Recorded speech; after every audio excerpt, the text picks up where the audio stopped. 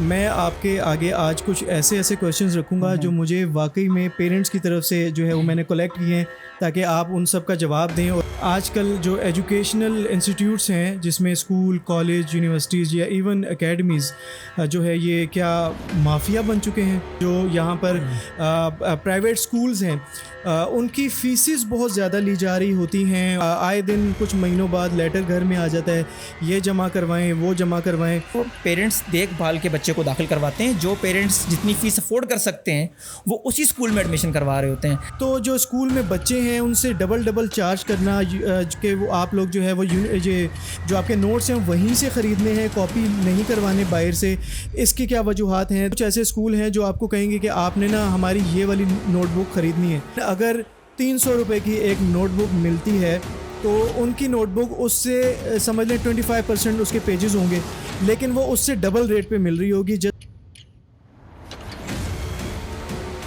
जो टीचर्स हैं आजकल, जो ख़ास करके 7th 8th 9th के जो टीचर्स जो उनको पढ़ा रहे होते हैं बच्चों को, वो नॉन क्वालिफाइड होते हैं।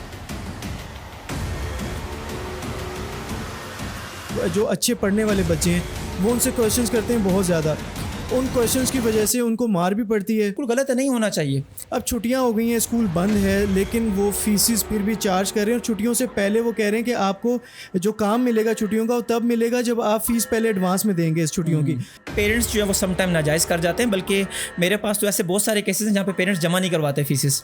नाजायज़ नहीं है कि एक बच्चा हो सकता है वो पता नहीं किस फैमिली से ताल्लुक़ कर रहा है, लेकिन वो अच्छा पढ़ना भी चाहता था, तो उसके पेरेंट्स पता नहीं खून पसीना एक करके किस तरीके से फ़ीस वहाँ दे रहे हैं कि बच्चा पढ़ ले। और उनके साथ इस तरह की मल्टीप्लाई टू फीसेस लेना, आप 2500 ही तीनों बार ले सकते हैं ना। गलत है, वो नहीं होनी चाहिए। जो बच्चे हैं नर्सरी प्रेप के, जब घर आते हैं तो उनके पेरेंट्स उनसे सवाल करते हैं कि बेटा अब आपने अपना लंच किया। जवाब होता है कि नहीं, इसने मेरा लंच खा लिया। तो सम टाइम बच्चे खुद ऑफर कर रहे होते हैं, अब मिस आप हमारा ले लें ऐसे, तो उसमें अगर टीचर थोड़ा बहुत प्यार दिखाने के लिए या थोड़ा बहुत उनसे घुलने मिलने के लिए कर लेता है तो वेल एंड गुड। मैं यहाँ पर किसी भी उस चीज़ को डिफेंड करने नहीं आया हूँ जो चीज़ गलत हो रही है उन 2-3% स्कूलों की तरफ से, क्योंकि हमारे पूरे सेक्टर का नाम नहीं ख़राब होना चाहिए। बच्चों को प्राइवेट स्कूल्स में मारा जाता था और हम सुनते बाहर यही थे कि मार नहीं प्यार, लेकिन पता चलता था कि अंदर मार ही मार। लेकिन अब सिस्टम सारा उल्टा हो चुका है कि वो मार नहीं प्यार वाले कॉन्सेप्ट की वजह से पेरेंट्स को उल्टा शिकायत होती है कि बच्चा ख़राब हो रहा है, इसको आप सख्ती क्यों नहीं करते।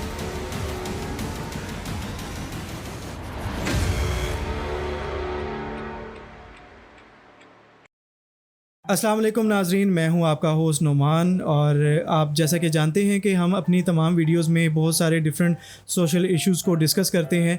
और आज मैं जिस सोशल इशू के बारे में बात करने जा रहा हूं, ये आजकल बहुत ज़्यादा सुनने को मिल रहा है। बहुत से लोग इस पे बात कर रहे हैं कि क्या आजकल जो एजुकेशनल इंस्टीट्यूट्स हैं जिसमें स्कूल, कॉलेज, यूनिवर्सिटीज़ या इवन एकेडमीज़ जो है ये क्या माफिया बन चुके हैं।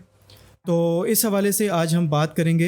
हमारे साथ मौजूद हैं आदिल ज़मान, और इनके बारे में मैं अगर आपको बताऊं तो ये एक स्कूल और एकेडमी भी रन कर रहे हैं रावलपिंडी के एरिया में, और माशाल्लाह काफ़ी कामयाब टीचर भी हैं।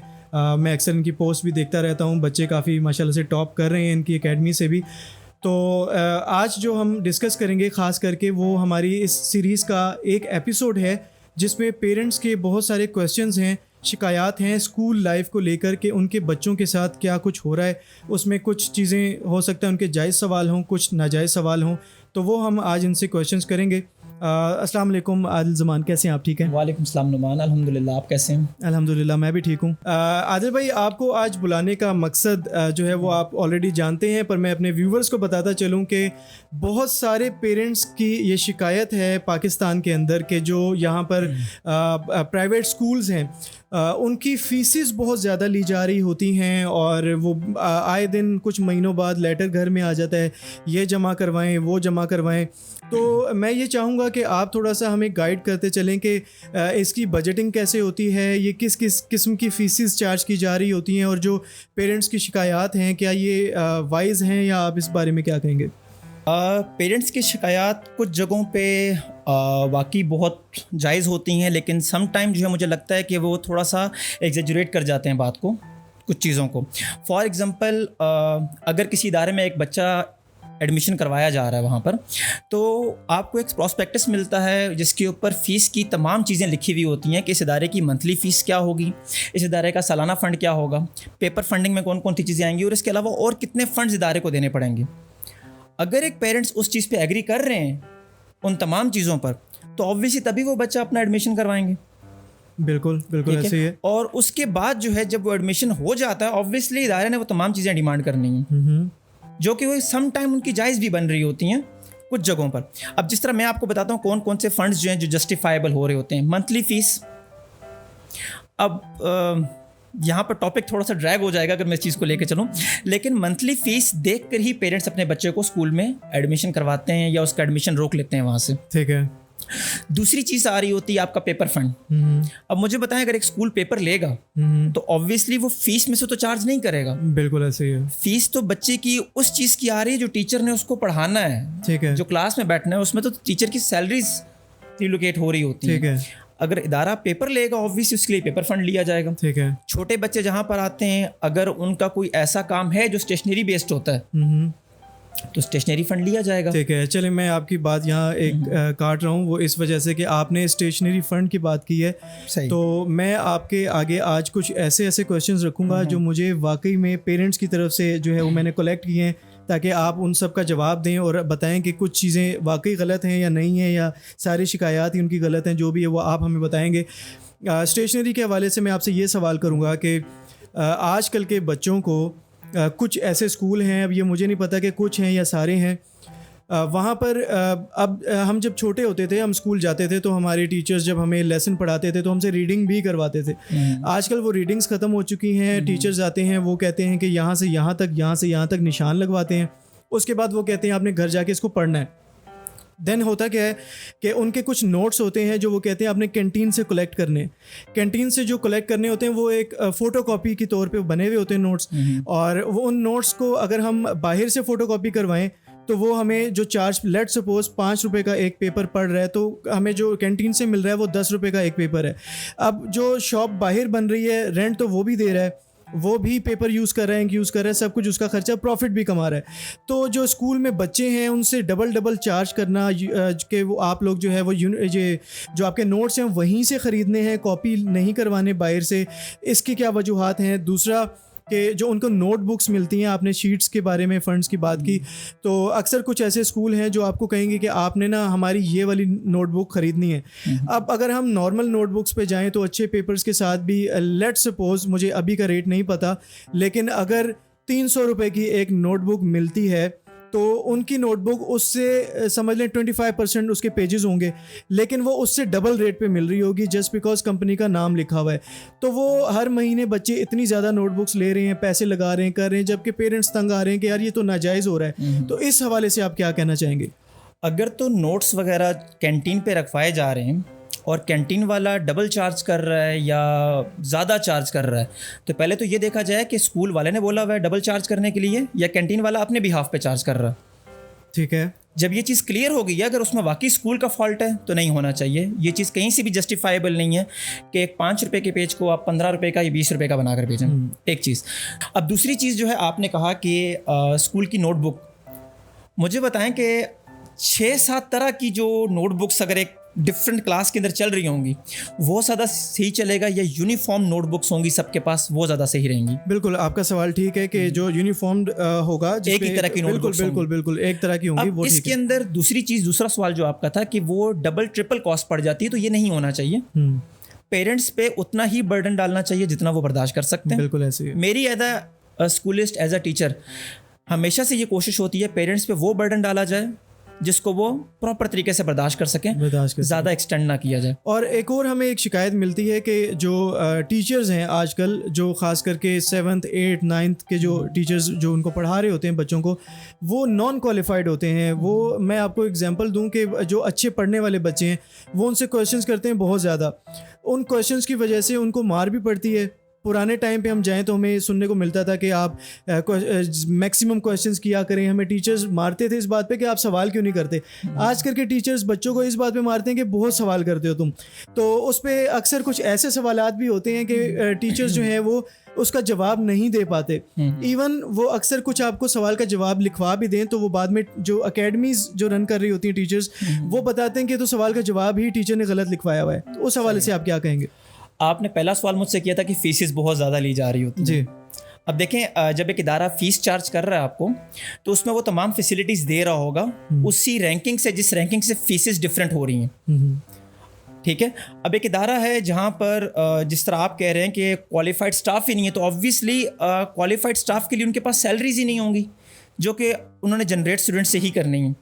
तो जब एक इदारे के पास क्वालिफाइड स्टाफ नहीं है तो ऑब्वियसली वो नहीं दे पाएगा, या उनके पास वो सैलरी का रेशो नहीं है, वो नहीं दे पाएंगे। पेरेंट्स का यहाँ पर ये काम बनता है कि जब भी जिस इदारे में अपने बच्चे को एडमिशन के लिए लेकर जाएँ, हम देखें हर चीज़ करने से पहले 100 दफ़ा रिसर्च करते हैं उसके ऊपर। बीइंग अ पेरेंट्स हम लोग ये वाला काम क्यों नहीं करते?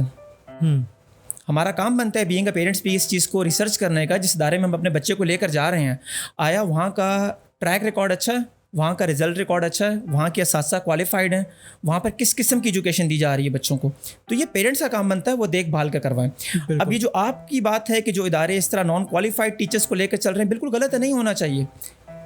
टीचिंग का मेन मकसद ही ये है कि आप खुद क्वालिफाइड हों और अपना तमाम तर नॉलेज बच्चे को ट्रांसफ़र करना आपको आता हो, तो आप अच्छे टीचर बन सकते हैं। जिस शख्स में ये दो चीज़ें नहीं है, तो मैं समझता हूँ कि शायद आप वाली बात ठीक है कि वो एक अच्छा टीचर नहीं है, और जब वो अच्छा टीचर नहीं है वो क्या पढ़ाएगा किसी बच्चे को। एग्जैक्टली ऐसे ही है। और जो कुछ स्कूल्स ऐसे भी मैंने देखे हैं कि उनमें जो है वो हॉलीडेज हो जाएंगी, समर कैंप्स, बल्कि समर कैंप्स में तो बच्चे पढ़ने आ रहे होते हैं किसी भी किस्म की। गर्मियों की छुट्टियां हो गई, सर्दियों की हो गई, अब छुट्टियां हो गई हैं, स्कूल बंद है, लेकिन वो फीसिस फिर भी चार्ज कर रहे हैं। और छुट्टियों से पहले वो कह रहे हैं कि आपको जो काम मिलेगा छुट्टियों का वो तब मिलेगा जब आप फीस पहले एडवांस में देंगे इस छुट्टियों की। तो इस हवाले से क्या ये हर स्कूल कर रहा है, ये होना चाहिए, नहीं होना चाहिए, इस बारे में आप क्या कहेंगे? अच्छा देखें, जब फीस चार्ज कर रही होती है छुट्टियों की, तो उस दौरान मुझे बताएं, क्या स्कूल के इलेक्ट्रिसिटी बिल्स आना बंद हो जाते हैं? नहीं, वो तो होते हैं। क्या स्कूल का बिल्डिंग रेंट आना बंद हो जाता है? नहीं। क्या टीचर्स को तनख्वाहें मिलना बंद हो जाती हैं? तो जब ये सारी चीज़ें बंद नहीं होती हैं, एक स्कूल चलाने वाला बंदा इन तमाम एक्सपेंसेस को कैसे बर्दाश्त करेगा अपने सर के ऊपर? रेंट भी उसने पे करना है, उसने तमाम टीचर्स को अपने साथ इन कांटेक्ट रखने के लिए सैलरीज भी देनी है, क्योंकि आपको तो पता है आजकल ऑनलाइन जॉब्स का ज़्यादा दौर चल रहा है। आप एक टीचर को 2 महीने के लिए छोड़ेंगे, वो कहीं ऑनलाइन जॉब करना शुरू कर देंगी, और फिर जब आपकी स्टडीज़ दोबारा से स्टार्ट होंगी वो आपके पास अवेलेबल ही नहीं होगा। बिल्कुल बिल्कुल, कॉन्ट्रैक्ट खत्म हो चुका होगा। तो मैं समझता हूँ कि जो छुट्टियों की फ़ीस है उसमें पेरेंट्स जो है वो समटाइम नाजायज़ कर जाते हैं, बल्कि मेरे पास तो ऐसे बहुत सारे केसेस हैं जहाँ पे पेरेंट्स जमा नहीं करवाते फीसेस छुट्टियों की। अच्छा, ऐसे भी हैं, बहुत सारे केसेस ऐसे आते हैं। ठीक है। बाकी बात वही है, फीस जो है वो पेरेंट्स देखभाल के बच्चे को दाखिल करवाते हैं। जो पेरेंट्स जितनी फीस अफोर्ड कर सकते हैं वो उसी स्कूल में एडमिशन करवा रहे होते हैं। यहाँ पर मेरा एक छोटा सवाल आपसे है, आप अभी खुद फादर नहीं हैं, जब आप खुद फादर होंगे तो क्या आप अपने बच्चे को किसी सरकारी इदारे में एडमिशन करवा पाएंगे? क्योंकि वहाँ की फीसेस बिल्कुल नहीं होती। नहीं। तो आपको मतलब ट्रस्ट नहीं है सरकारी इदारों पर। आपकी जो पॉकेट गुंजाइश निकाल रही होगी उस टाइम पे, at the time of your father, you being a father, आप उसी स्कूल में एडमिशन करवाएंगे जो अच्छी तालीम दे रहा होगा। exactly. और जो अच्छी तालीम दे रहा होगा ऑब्वियसली उसने अच्छे क्वालिफाइड स्टाफ रखा हुआ होगा, वैसी सर्विसेज दे रहा होगा, तो फीस वहाँ पर वो उतनी ही चार्ज कर रहा होगा। तो जो समर कैंप्स की या जो दूसरी फीसेज हैं, जिस तरह छुट्टियों की जो फीसेज हैं, यहाँ पर जो है क्योंकि गवर्नमेंट की तरफ से कोई सपोर्ट नहीं है प्राइवेट इदारों को, ठीक है, रेंटल हमें पे करने पड़ते हैं, इलेक्ट्रिसिटी बिल्स हमें पे करने पड़ रहे होते हैं, टीचर को अपने साथ कांटेक्ट रखने के लिए मैं तमाम सैलरीज उनकी पे करनी पड़ रही होती हैं, तो ऑब्वियसली वो फीस जायज़ बनती है स्कूल की तरफ से। ऐसे ही है। और अच्छा, एक क्वेश्चन मैं एक और पेरेंट्स का ऐड करूंगा, क्योंकि आज मैं आपसे तमाम क्वेश्चंस पेरेंट्स से कलेक्ट करके आया हूं, तो आप इनका जवाब लाजमी देंगे। सही। एक बच्चा है जो स्टैंड-अप्स में जो है वो फेल हो रहा है, क्योंकि आपको पता है स्टैंड-अप्स जब होते हैं तो उसमें क्लियर करेंगे तो आपका एडमिशन बोर्ड में जाएगा। तो वो जब नहीं क्लियर कर सका, वो फेल हो गया, तो उसकी फीस ऑलरेडी स्टैंड-अप्स की स्कूल में लेट सपोज 2500 चार्ज हो गई। ठीक है। वो बच्चा फेल हो गया उस स्टैंड-अप्स में। फेल होने के बाद जो नेक्स्ट फीस होगी वो स्कूल उससे डबल मल्टीप्लाई 2 करेगा, 5000 लेगा। वो बच्चा फिर फेल हो गया तो 5000 का मल्टीप्लाई 2 10,000 लेगा। तो क्या ये नाजायज़ नहीं है कि एक बच्चा हो सकता है वो पता नहीं किस फैमिली से ताल्लुक़ कर रहा है, लेकिन वो अच्छा पढ़ना भी चाहता था, तो उसके पेरेंट्स पता नहीं खून पसीना एक करके किस तरीके से फीस वहाँ दे रहे हैं कि बच्चा पढ़ ले, और उनके साथ इस तरह की मल्टीप्लाई टू फीसेस लेना, आप 2500 ही तीनों बार ले सकते हैं ना, तो उस बारे में आप क्या कहेंगे? अच्छा, इसमें तो अगर वो सेंडअप्स के बाद जो फीस है अगर वो बोर्ड की मद में जा रही है, जिस तरह बोर्ड की जो क्राइटेरिया होता है वो ये होता है कि कुछ स्कूल तब तक एडमिशन नहीं भेजते जब तक एक बच्चा सेंडअप्स क्लियर नहीं कर पाता। तो अगर वो फ़ीस की डेट लेट हो जाए फिर वो डबल फ़ीस हो जाती है, ट्रिपल फ़ीस हो जाती है, तो बोर्ड का वो आ जाता है। लेकिन अगर वो बोर्ड के अलावा कोई फ़ीस चार्ज कर रहे हैं तो वो गलत है, वो नहीं होनी चाहिए। अच्छा, एक थोड़ा सा फ़नी क्वेश्चन भी है, क्योंकि इस पे हम लोग अक्सर घरों में सुनते हैं तो हम गुस्से के साथ साथ हंसते भी हैं, हैरान भी होते हैं। जो बच्चे हैं नर्सरी प्रेप के या जो भी बच्चे जाते हैं, छोटे बच्चे पहली बार स्कूल में एडमिशन लेते हैं, कुछ तो बच्चे काफ़ी फियर्ड होते हैं और कुछ शाय होते हैं, नहीं बोल पाते। कुछ ऐसे बच्चे भी होते हैं जो घरों में इतना बोलते हैं कि हम हंसते हैं, उनकी वीडियोस बना रहे होते हैं, यार कितना कॉन्फिडेंस है इस बच्चे में। तो इस किस्म के बच्चे जब स्कूल में जाते हैं और वो जब लंच लेके जाते हैं और जब घर आते हैं तो उनके पेरेंट्स उनसे सवाल करते हैं कि बेटा अब आपने अपना लंच किया, तो उनका अक्सर औकात जवाब होता है कि नहीं, वो मिस ने कर लिया था, वो मिस ने मेरा लंच खा लिया, तो मुझे उन्होंने मेरे साथ जो फ्रेंड था उसका आधा शेयर करवा लिया। सही। तो ये क्यों इस किस्म के काम हो रहे हैं? टीचर्स वेल क्वालिफाइड हैं और ये बड़े अच्छे अच्छे स्कूल्स में ये काम हो रहा है। ये मैं कोई छोटे गवर्नमेंट का या बिल्कुल मीडियम क्लास नहीं, मैं अच्छे स्कूल्स की भी बता रहा हूँ, वहाँ पर भी ये काम हो रहा है। अच्छा देखें, ये प्रॉब्लम जो है वो इंडिविजुअल प्रॉब्लम है टीचर का। अगर तो स्कूल इसको प्रॉपरली एड्रेस कर रहा है, पेरेंट्स कंप्लेन लेकर जाते हैं, टीचर को एड्रेस कर दिया जाता है, फिर तो ठीक है, बिल्कुल ठीक है। और दूसरी चीज़ ये है कि सम टाइम बच्चे खुद ऑफर कर रहे होते हैं लंच वगैरह, अच्छा ठीक है, कि भाई आप मिस आप हमारा ले लें ऐसे। तो उसमें अगर टीचर थोड़ा बहुत प्यार दिखाने के लिए या थोड़ा बहुत उनसे घुलने मिलने के लिए कर लेता है तो वेल एंड गुड। अदरवाइज मैं इस चीज़ को टोटली गलत समझता हूँ कि एक टीचर जो है बच्चे का लाया हुआ लंच पूरा ही लेकर वो खाना शुरू कर दें।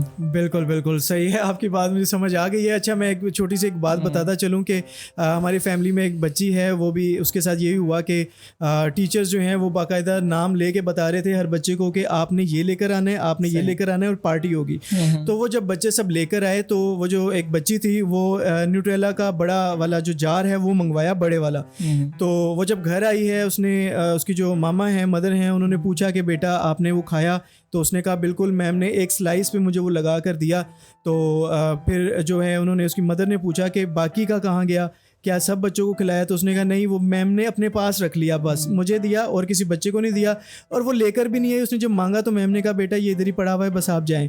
तो ये तो बड़ी अजीब सी हरकत नहीं है कि ये टीचर्स क्यों इतनी भूखे हैं? नहीं होनी चाहिए। क्या उन पेरेंट्स से स्कूल में कंप्लेन की इस चीज़ के रिगार्डिंग? नहीं की। देखें, बच्चों को मारा भी जाता है। यहाँ पर मैं आ रहा हूँ, पेरेंट्स हमारे बहुत सारी चीज़ें जो कंप्लेंट्स करने वाली होती हैं वो नहीं करते, और फिर वही वाली कंप्लेंट्स उठ के आ रही होती हैं। जिस तरह हम लोग सोशल मीडिया के ऊपर बैठे हुए बात कर रहे हैं इन चीज़ों के, बिल्कुल किसी भी चीज़ को सोशल इशू हम खुद बनाते हैं। बिल्कुल, अगर उस चीज़ को टाइम पे रिजॉल्व कर लिया जाए, अब शायद ये चीज़ अगर स्कूल में बताई गई होती, जिस स्कूल में आपकी भांजी या भतीजी जो भी हैं पढ़ रही हैं, अगर वहाँ पर ये स्कूल में बात बताई गई होती तो मैं नहीं समझता कोई भी स्कूल जो है इस चीज़ को कंडेम ना करे। बिल्कुल ऐसे ये इस चीज़ को ऐसे ही लेकर चले, भाई ऐसा ही होता आया है और ऐसा ही होता रहेगा। मुझे नहीं लगता कि कोई भी स्कूल शायद ऐसा कह सकता है। मैं इस बारे में एंड में बात करूंगा। मेरा एक सवाल रह गया एक पेरेंट का, तो वो मैं ज़रूर करूंगा वरना वो शिकायत हो जाएगी।